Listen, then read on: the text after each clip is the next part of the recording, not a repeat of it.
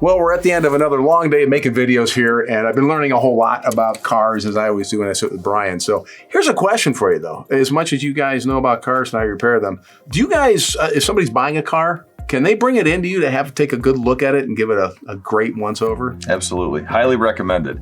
We have a really, really great pre-purchase inspection program. Oh, neat. We inspect every car all the time because, our job is to provide safe and reliable transportation. Sure. That's kind of what we do. So every time we service a car, we inspect it just so we can make sure it's safe and reliable, right? But when you're buying a used car, most of the time you're buying it as is.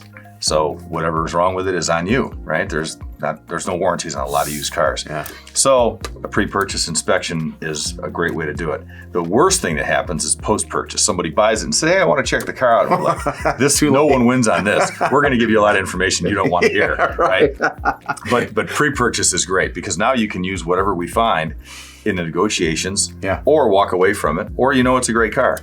So, can you let me know if, hey, dude, this has got a problem here, and it's going to cost around this much, in order for that I can use that as everything that we find wrong, if we find wrong, or maintenance that's been neglected, or maintenance that's needed, or whatever, everything gets itemized and estimated. So not only do you leave with the pre-purchase inspection knowing exactly what's wrong with the car, what will it cost to fix it?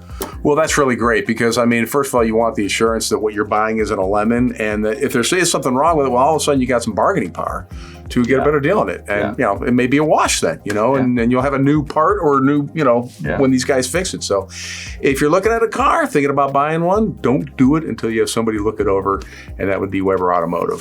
WeberAutomotive.com. Stop by their website. You can see some more neat videos there, but bring your car in there and make sure Brian or somebody takes a look at it. Absolutely. Thanks, Randy.